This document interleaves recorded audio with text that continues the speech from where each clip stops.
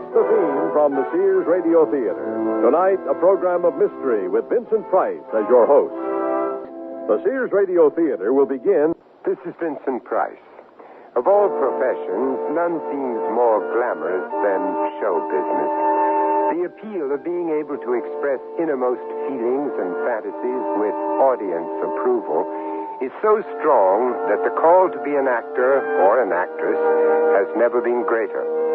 But once a part of that special society, glamour and fortune most often seem far away indeed, and the actor is faced with the everyday realities of life. Every time we have the least disagreement, the same thing comes up. It's not the least disagreement. It's the only disagreement. I wish you'd get off your head. It's very difficult talking to you when you're upside down. Yoga clears the brain. You might try it sometime. Oh, Tom, don't you go out on me now. I'm not getting furious here just so you can go to sleep on me. And I wish you'd get off your head so we don't have to talk to each other upside down. I am an actor. I will always be an actor. I don't want to shake you up, but time does go by, and you should be told that working once every 6 months for union minimum doesn't pay bills. Also, it's obvious I won't be able to keep my job much longer. In another month, I'll be out to here. Oh, listen, by the time the baby's born, we won't have to worry about money. Something good's going to happen. I can feel it. You'll be a father in 3 months. Maybe that's what you're feeling. Why can't you get a job until I can help out again? Don't you think I'm trying? I'm not exactly sitting around waiting for the phone to ring. No. You're standing on your head waiting for the phone to ring. I'm asking you to forget acting until the baby's born. Go out and get a job. Any job. I will not be made to feel guilty. You will not shame me into menial employment. Now, it may seem strange for most of us to hear a man discuss some of his most intimate problems while standing on his head. In this case, you will soon learn that a man who engages in argument while standing on his head may quite easily become unbalanced. An upside-down mind thinks of odd solutions, deadly, dangerous solutions.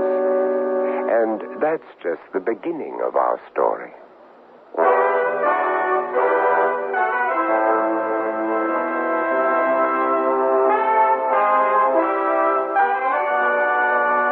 Sears Radio Theater, a new adventure in radio listening. 5 nights of exceptional entertainment every week.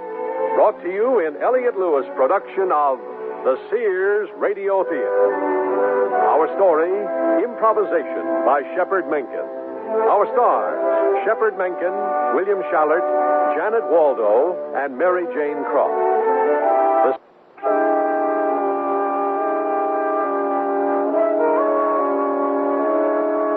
A man whose profession is expressing feelings, observing people, creating high moments in strange circumstances, in lives that spring quite often from his own imagination, this is the skill of actor Tom Miller.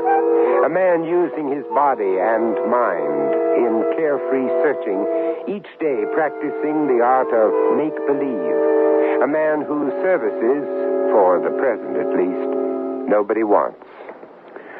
I don't know what to do, Bill. I never figured she'd ask me to get a job just because she's going to have a baby. Sounds like she's become totally irrational.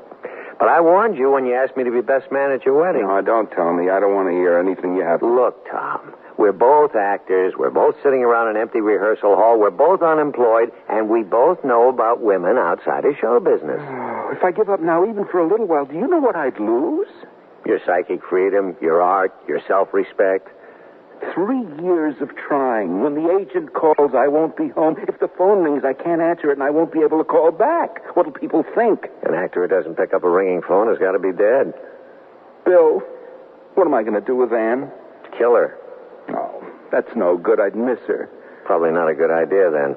If you got caught, they wouldn't give you a phone in jail, either. If I can't get a phone, I ain't going to jail. Hey, maybe we can find answers in an improvisation. I'll be the warden.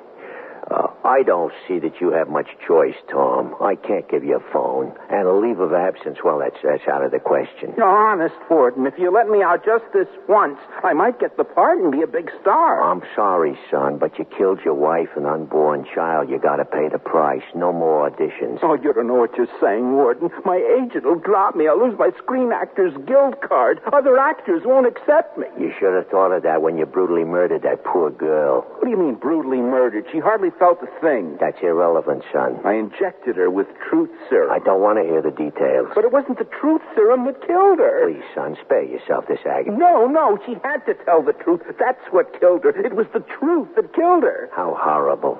Did you know her mother was a tuna fisherman? A tuna fisherman? What am I going to do? You could leave her. What can she do to you? Leave her. Don't be ridiculous. Things are bad enough between us. I've got it. Move to England. Anybody in England loves actors, and they got a heck of a welfare system. Let's go back to murder. What if I murder you? No sense of humor. Okay. What do we got here? You will only be an actor, and you need big money right away. You've tried legitimate ways, but not, you should excuse me, illegitimate. What the hell are you talking about? I got an idea. About 3 months ago, you said you couldn't make payments on a life insurance policy you had. Mm-hmm.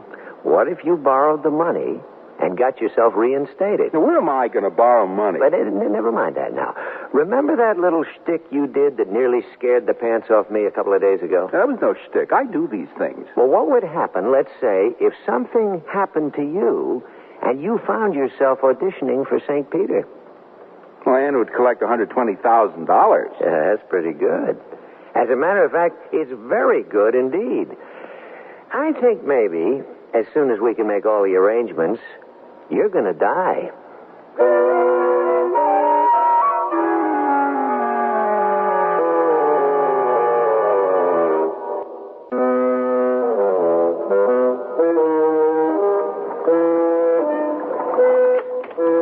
Hi. Anything about to explode in this fancy lab? Hi, Ann. Come on in. Just watch the test tubes there. You okay? Yeah. Had another round with Tom again this morning. You going to see him today? Yeah, I'm meeting him at the studio in about an hour.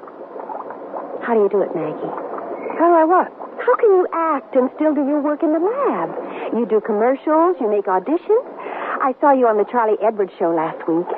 Why couldn't Tom find something to do on the side? Because, my dear, your Tom has a one-track brain. A career in the theater isn't just an ego trip with him. And I really think it is with me. Anyway, how can a person speak for anybody but himself? I was a science major in school, so being a lab technician just came naturally. Not only that, I have Dr. Richards on my side. He lets me get away with murder. I can leave here any time I want, just as long as I get all the tests finished for tomorrow. Been a registered nurse for 3 years. That's what I started out to be, you know. So how can you make comparisons between Tom and me? Whatever made you want to become an actress? Oh, I don't know. There's something crazy in all of us, I guess. You know, I never told this to another living soul, but my existence is so dull, sometimes I think I'm going to go crazy with boredom. Oh? I'd do anything to put a little excitement in my life. Then all the boys kept telling me how gorgeous I am. Must have gone to my head.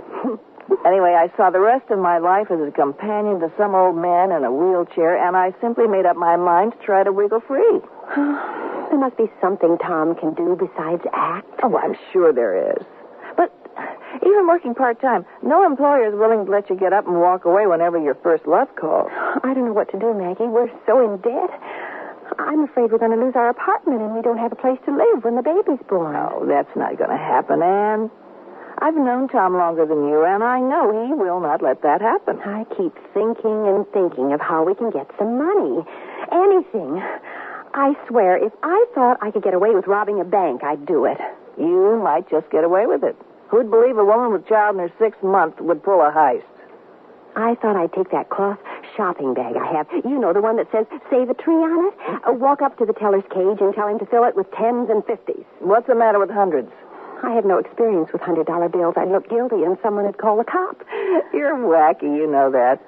Then, all I'd have to do is walk slowly and quietly out of the bank, get on a bus, and go home. It's one of the best deals I ever heard. I don't know how you can lose. You like it, huh? Like it, I'll finance it. How much is bus fare? Don't be so free with your money. If I get caught, you'll lose your investment. Oh, listen, come on. Things are going to work out. I promise you. Maybe something good will happen with Tom. I kind of doubt it after all this time, but as far as I'm concerned, there's nothing I won't do.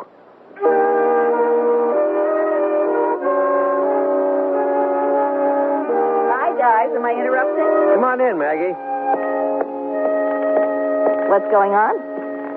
We're planning an improvisation in survival. Any parts for women? We were just talking about you. It looks like you're the perfect type. Well, I'm a survivor. What's the plot? We're going to stage a funeral. Sounds good. What do I play, the grieving widow? You play yourself. Great. Maybe I'll find out who I really am. Tom's going to be the corpse. Typecasting? I don't think that's very funny. Okay, Tom, do it. I was just kidding about the typecasting. You'll be sorry when he's dead. Now, just watch. He's doing it. Listen, I only got a couple of hours. I didn't come up here to watch Tom do his yoga exercise. Will you be still for a minute? Okay, take his pulse. What? I said take his pulse. Wait a minute. I can't find it. Keep trying. Oh. I can't find his pulse. He has no pulse. Put your hand on his forehead. He's cold. Hey, come on now. What's going on here? Nobody can do that. Well, you're looking at it. I don't believe this. He's dead. I don't know how he's doing it, but this man's dead.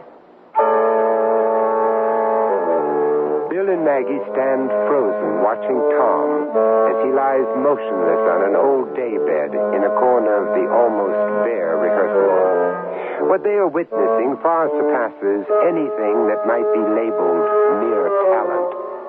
Through concentration and absolute muscular relaxation, Tom has caused himself to appear lifeless. The two stare in astonishment. A small sideward twitch of the mouth breaks the statue's stillness of Tom's frozen face. An eyelid flickers. A moving finger brings attention to his right hand. Suddenly, as if attached by strings, both eyes open at once and stare vacantly at the ceiling. Oh, He's all right. He's going to be all right. oh, it's incredible. I've never seen anything like it. Hi there. What time's it getting to be? 2:30. You were out about 10 minutes. Very refreshing. Refreshing? You were dead. Well, that's not a very nice thing to say about a person. Maggie, I want an absolutely honest answer. You're a trained nurse. You felt and listened for his heartbeat. You saw his color. Would you have sworn Tom was dead? Oh, he was gone. I had no doubts. Look at me. I'm still shaking. Okay. I want you to listen to me carefully because I've never been more serious in my life. We have an opportunity right now we'll never see again. How would you like to do a little scene in real life, an improvisation, and take a 1/3 cut of $120,000? $40,000 for each of us for just a few hours' work. Seems like a fair wage. How about residuals? Look, Tom almost let a life insurance policy lapse 3 months ago because he couldn't make the payments. We scraped together the money, so it's still in effect. He's worth $120,000 big bucks, dead. My goodness, what wonderful things I see happening. You're smiling. Well, yes, I always loved money. Washington, Jefferson, Hamilton, they look so great in green. The only thing is, I don't know how long I can keep myself looking like a corpse. You'll have plenty of time to practice. But there's some obvious problems we're going to have to solve. Yeah, like me getting embalmed. Uh-oh. I'll take care of it, I tell you. Nobody's going to touch you. All you got to do is stay in your trance until we come and get you. What about Anne? How's she going to find out? Why don't you let me talk to Anne? I think she'll probably be able to handle this better than any of us. Now, wait. Will you wait just a darn minute? What? I just thought of something. What? What if somebody makes a mistake and they decide to cremate me? That can't happen. Besides, there'll be enough time. The way I've got it figured, we can do the whole stunt in less than 8 hours. You sure? Absolutely. You can bet your life on it.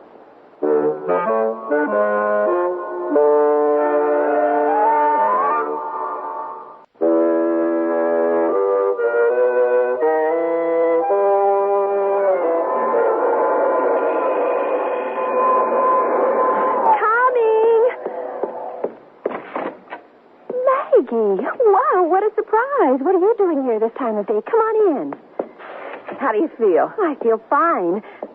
Don't tell me you came over just to ask me how I feel. What's up? Oh, I haven't been so excited about anything since I got caught in the turnstile with Robert Redford. Oh, tell me. Well, you know Bill. Yeah. He's got an imagination like Edgar Allan Poe. What started it off was that your Tom and Bill were doing an improvisation. They played a situation where Bill was a doctor who had to tell Tom, who was the patient, he had a terminal disease. Bill has to tell Tom he's going to die. Right.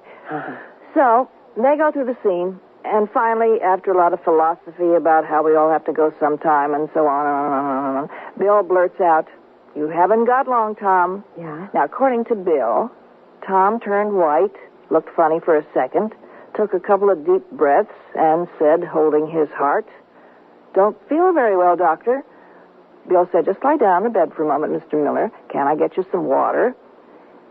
Tom didn't answer and closed his eyes. Well, to make a long story short, your crazy husband has been practicing his yoga exercises so long he can actually look as though he's dead. So what else is new? You mean you know he can do things like that? Every time we have an argument, every time he doesn't get the part, whenever anything happens that isn't the greatest, he just goes into his yoga thing and disappears from the world. Well, my dear, Bill has come up with a little true-to-life play wherein Tom pays the premium on his life insurance policy, drops dead shortly thereafter, and is buried very quickly so his poor pregnant wife won't have to undergo unnecessary grief. You're crazy. You're all crazy. First of all, what if you get caught? You'll all go to jail. And second, how do I get visiting rights to a guy who's 6 feet under? I can't even dig up a begonia. We're going to get a dummy from the studio prop department and substitute it for Tom. I can't believe you guys. Do you think you can actually get away with this? Well, it's worth a try, isn't it? $120,000.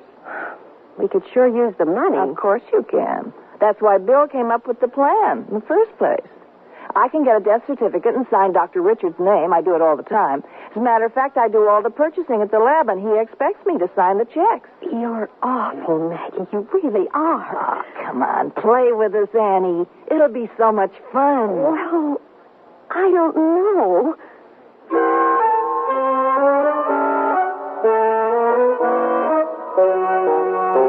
Look, I don't want anything to go wrong any more than you do. I'm not convinced. It's me that's going to get buried. I. What I? It's I who am going to get buried. Well, what the hell's the difference? And how can you correct my grammar at a time like this? There's always time for good grammar, Tom. I suspect your problem is that you have a fear of depths. How do you know I won't suffocate in that box? They don't put you in a box. Well, how do you know? My Uncle Max was a mortician. Well, I'm scared. Okay. I'll tell you what we can do. Let's go to where there are 2 phones with the same number, and you listen in while I call a mortuary somewhere in, let's say, Palm Springs. Why Palm Springs? Because it's closer than Miami Beach, and almost as many people die there. Anyway, let's play it safe and not ask any stupid questions locally. Morticians talk, you know. What are you going to ask? I'm going to relieve your mind so you won't be nervous and can die in peace.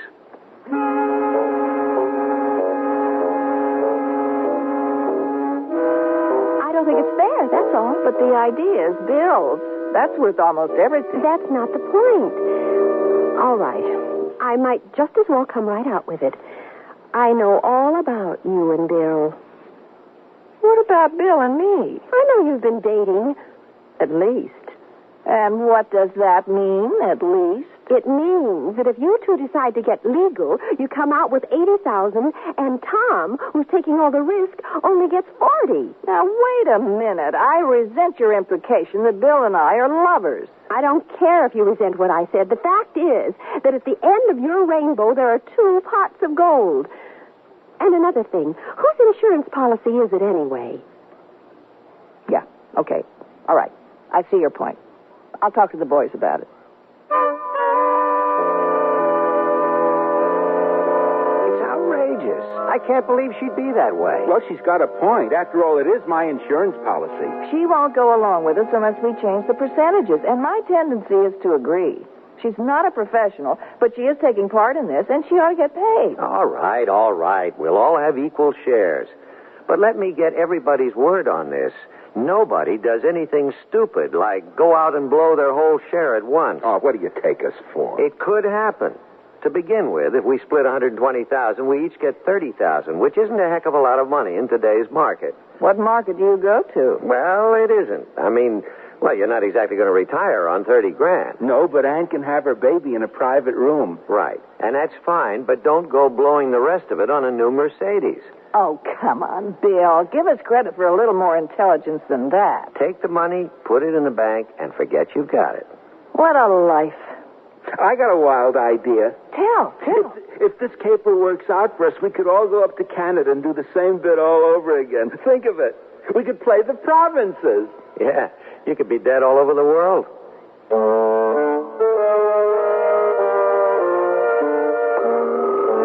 Okay, it's ringing. You can pick up the other phone now. Can you hear okay? Yeah, fine.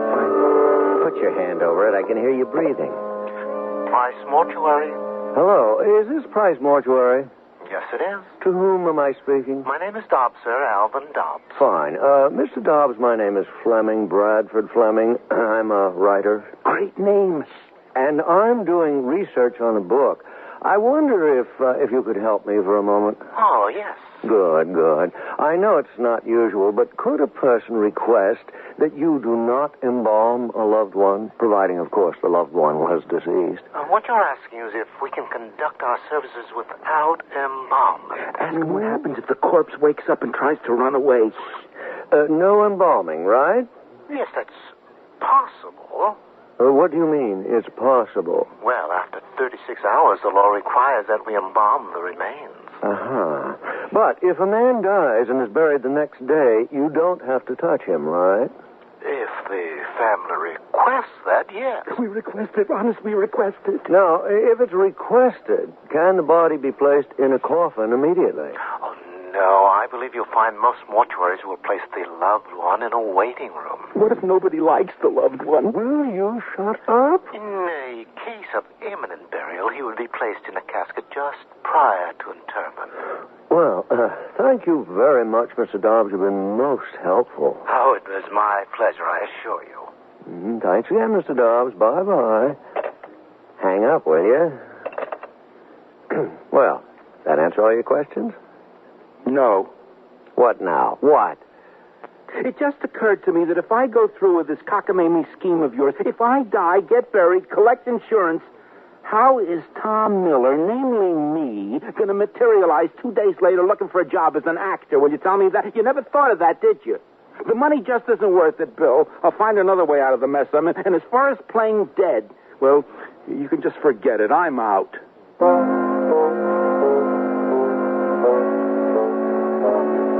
Well, obviously. Folks. Yes. Perhaps you've wondered why I've asked you all here. Well, it seems our friend Tom has a problem. And after great deliberation on my part, I have come to the conclusion that he is indeed faced with a dilemma. Cut the baloney, Bill. I'm a little edgy myself now. How is Tom suddenly going to come to life and not be noticed? Now, if all of us overlooked such an obvious mistake, what else are we missing? Let's be solution-oriented, dear. Tom and Ann will move to New York. What? I like it. You can get experience in New York, and you won't be starving while you're doing it. You'll change your name. Bradford Fleming. Yeah, that's a great name. In 2 or 3 years, you'll be a star on Broadway. New York will put lines in your face you never thought were there. You'll have character. You'll no longer be a lox. And you can return to Hollywood and name your own price in films. Wow.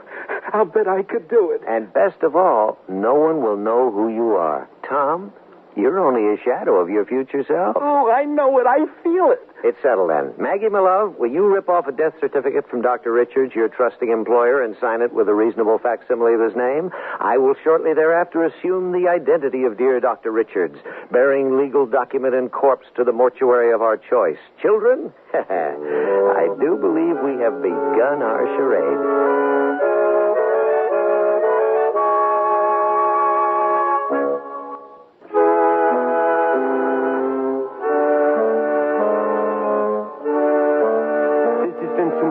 With the concluding act of Improvisation.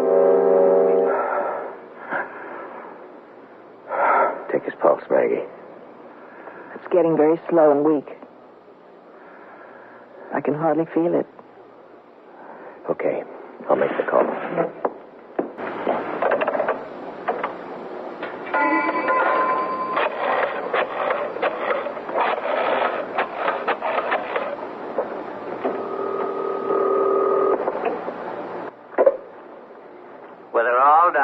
Mortuary? Yeah, this is Dr. Hamilton Richards. I'm at 9463 Carrington Avenue. It's rehearsal hall, room 2. Patient suffered a massive coronary occlusion. I wonder if you could make a pickup here as soon as possible. Of course, Doctor. I have the address. It's 9463 Carrington.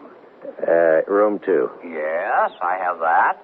We'll send someone over right away. Now, I'll bring the death certificate over this afternoon myself. The man was a close personal friend of mine. Oh, I'm sorry, Doctor. Yeah. I'd like to make the final arrangements at that time, if I may. Incidentally, to whom am I speaking? This is Oliver Witherall. Oh, yeah, Mr. Witherall. I'd like to assure myself of one thing. Yes? There are extenuating circumstances here. The deceased was a close friend, as I said, and it was his wish that I assume the position of executor of a very meager estate. I understand. You know, my friend's widow hadn't learned of this yet, and I'd like to keep it from her until the very last moment. She's carrying a child of the deceased, and the pregnancy's been a very difficult one. I quite understand. Well, I'd like interment to take place as soon as possible. I think it'd be best for everyone. When would you like to schedule the services, Dr. Richards? Well, would it be possible to make all your arrangements for 9 o'clock tomorrow morning? See, I'll take care of the casket and the finances later this afternoon. Certainly, Doctor. I'll see you later, then. I'll get 2 of my men over there right away. All right, fine. Goodbye, sir. Mr. Witherall, just one more thing. Yes? I almost forgot. No embalming. Absolutely no embalming or chemicals of any kind. I'm glad you mentioned that, Doctor.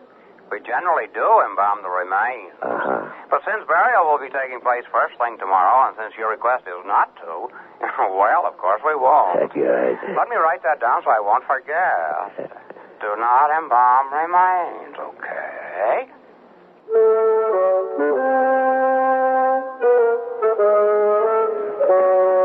All right, now look, I thought it would be good if the three of us met at this bar. We can't do anything until it gets dark, but I figured since we're right across the street from the mortuary, you'd feel better at it. Thanks, Bill. We all like to be close to our loved ones. Bill, will you stop that? Now, may I bring you something? Yeah, I'd like a vodka and tonic, please. Make mine scotch. Straight up. Me too. Make that too. Thank you. Right. Is the dummy okay? We had to put sand in the arms and feet to make it weigh enough. The tools are in my trunk. That's all we need. I brought a sweater for Tom. He might be cold when he wakes up. That's sweet, Anne. Here are your drinks. No. $6.50. Yeah. Here you are. Keep change. Oh, thank you. Okay. Now, in just 1 hour and 5 minutes, we'll break in the side door. There's no burglar alarm or anything. Who'd want to rip off a mortuary? Unless you're a formaldehyde freak. You people are sick. Once inside, we find the right coffin, wake up Tom, substitute the dummy, and we're home free. When do I call the insurance company? All taken care of. Dr. Richards called and told them to expedite the claim since he was a personal friend of the family and the poor pregnant widow was without help or funds of any kind. What did he say? What could he say? My performance was flawless. Oh, my Lord. He said he'd get things moving as quickly as possible. What's so funny?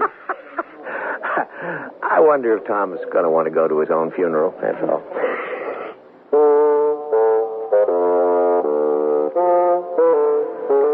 You sure had this job beautifully planned. How was I to know they put a security lock on the door? What time is it? It's almost midnight. Oh, what would happen if we just broke one of the little glasses on the back window?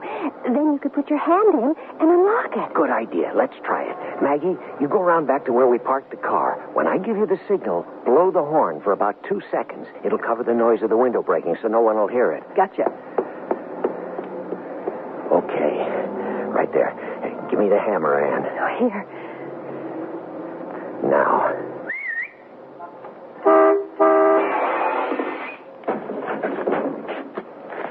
Come on.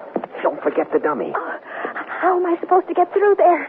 My stomach's bigger than the opening. Just come on. Hey, I'll give you a boost. I think I'm stuck. Well, just roll with it. Okay, I'm in. All right. Now I'll boost you up, Maggie, and then I'll pass up the dummy. Okay. Give me the dummy. You've spoken to me with great endearment lately. Why don't you marry me and give me a chance to fight back? Is this a proposal? What better time? Oh, the arm broke on the dummy. We're beginning to leak sand. Try not to let that happen. I feel like I'm baking a cake and spilled the sugar. Let me get this flashlight working here. I may faint. Coffins. Nothing but coffins. Here's a pretty one, satin frills. They're all open. Yeah. I wonder where they keep the stiffs. I mean, Tom. Tom! It's Ann! It's no good, Ann. If he's still in his trance, he won't hear you. Right. What are you people doing in here? Why, nothing, sir. Dr. Richard. Yeah, you see, Mrs. Miller here learned about the death of her husband after you locked up for the night. Yes? When she heard about the mourning arrangements for burial, she insisted on seeing the body tonight. What's that thing you're carrying? Actually, that's a dummy. See, he's leaking sand. His arm broke open. Nasty cut there. You're a liar. No, actually, it is a dummy. Say, wait a minute. Who are you, anyway? I'm an investigator for the Borderline Insurance Company. That's who I am. This is Mr. Shakley, Dr. Richards. Doctor, indeed. Is this the man who signed the death certificate? Yes, it is. I want to see the body. Where is the body? We always chill the remains before interment. It's in the refrigerator, of course. In the refrigerator? Quick, somebody, get some water or something. Mrs. Miller's fainted.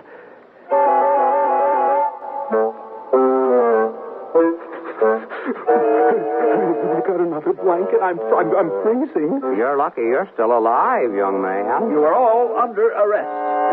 On what grounds, sir, if I may ask, do you make this arrest? On the grounds that you falsely made a claim on our company for $120,000 for the life of one Tom Miller. I'm innocent. I couldn't have made any insurance claim because I was dead. There, you see? There you go again. Well, now, if the man says he was dead, he was dead. He ought to know. Oh, I feel terrible. Excellent. This court now recognizes the corpus delicti. And there we have the heart of the matter, Your Honor. There is no body. This man never had much of a body, but what there is alive. I resent that. So do I. Your resentment is overruled. My dear sir, do you have anything in writing that says the claim was made against your company for the sum in question? I don't need anything in writing. You falsified the name of a Dr. Richards on a death certificate, which you must have gotten by illegal means. Hey, where's that hammer we broke in with? Here it is, Your Honor. You are in contempt, sir. How dare you accuse the judge of forgery? I think you people are insane. Silence.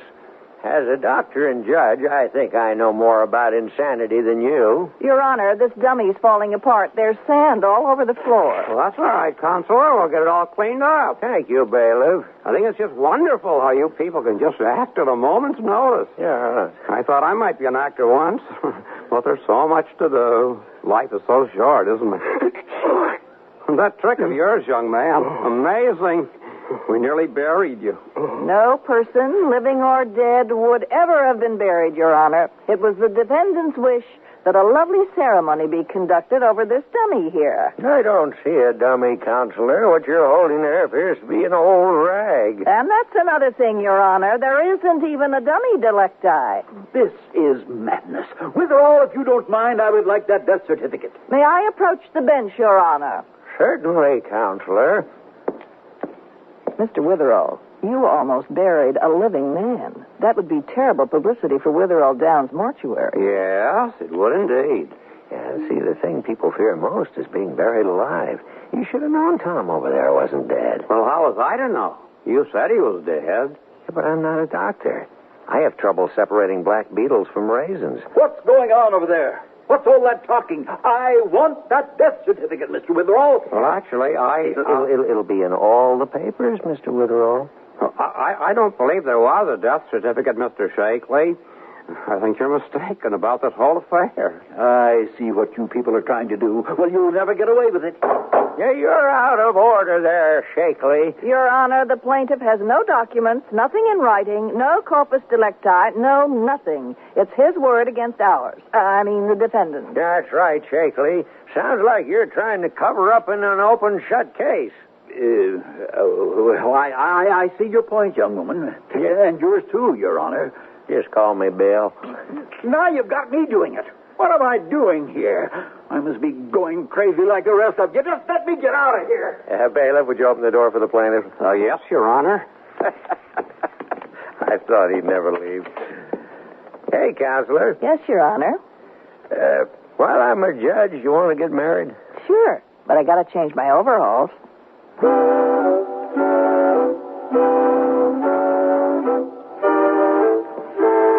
Mr. Witherall, the whole thing happened because Tom here couldn't get a part-time job that would allow him to be an actor, too.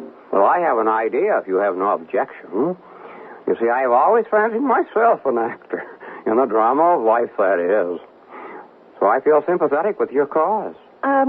What's your point, Mr. Witherall? Well, Mr. Miller here has no objection.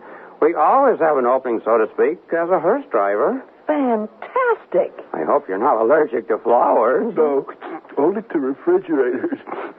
You could drive whenever the need arises. And if occasionally you are absent, well, I could arrange for someone else to fill in, so to speak.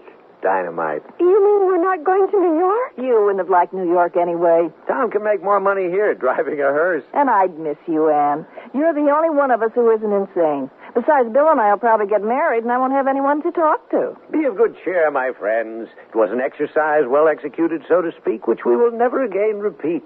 Everyone performed his part well.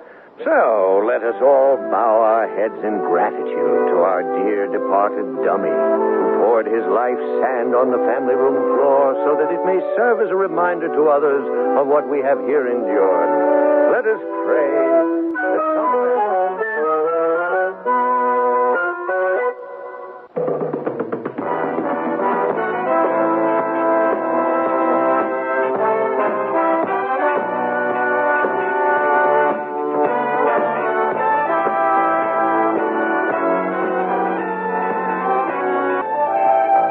Improvisation was written by Shepard Menken, produced and directed by Fletcher Markle.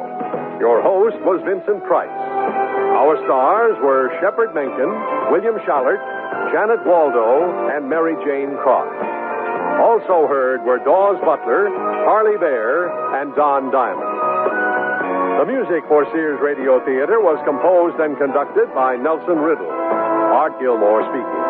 The Elliott Lewis production of Sears Radio Theater is a presentation of CBI.